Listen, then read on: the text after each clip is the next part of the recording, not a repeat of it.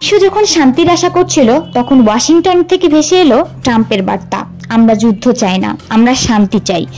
কিন্তু তেহরান তার জবাবে বলল যে আগুন জ্বালায় তার শান্তির কথা শোভা পায় না।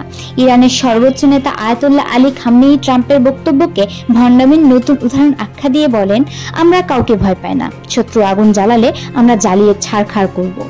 এর কিছুক্ষণ পরই ইরান রেভলিউশনারি গার্ড বাহিনী একটি বড়সড় সামরিক মহড়ার ঘোষণা দেয়।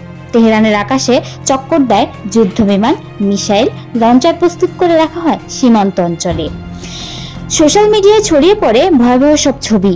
ইরানি সেনারা যুদ্ধ সাজে প্রস্তুত, পেছনে গর্জে উঠেছে স্লোগান, আমেরিকার পতন নিশ্চিত। অন্যদিকে তেহরানের রাস্তায় জনতার ঢল, হাজারো মানুষ পতাকা হাতে উল্লাসে মেতে ওঠে। তারা বলছে, আমরা ভয় পাই না, আমরা মাথা নত করি না। বিশ্লেষকরা বলেছেন, ইরানের এই প্রতিক্রিয়া কেবল একটি প্রতিশোধ নয়, এটি একটি বার্তা, আমেরিকার দাদাগিরি আর চলবে না।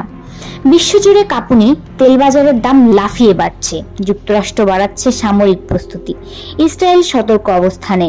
রাশিয়া ও চীন জানিয়েছে যদি উত্তেজনা বাড়ে তারা নিষ্ক্রিয় থাকবে না, অর্থাৎ বিশ্বের সামনে আরেকটি বিশ্বযুদ্ধের ছায়া। এখন প্রশ্ন একটাই, ট্রাম্প কি সত্যি শান্তি চান, নাকি এটি কেবল কূটনৈতিক চাল? আর তেহরান, তারা বলছে যদি যুদ্ধ আসে আমরা শেষ রক্তবিন্দু পর্যন্ত লড়ব।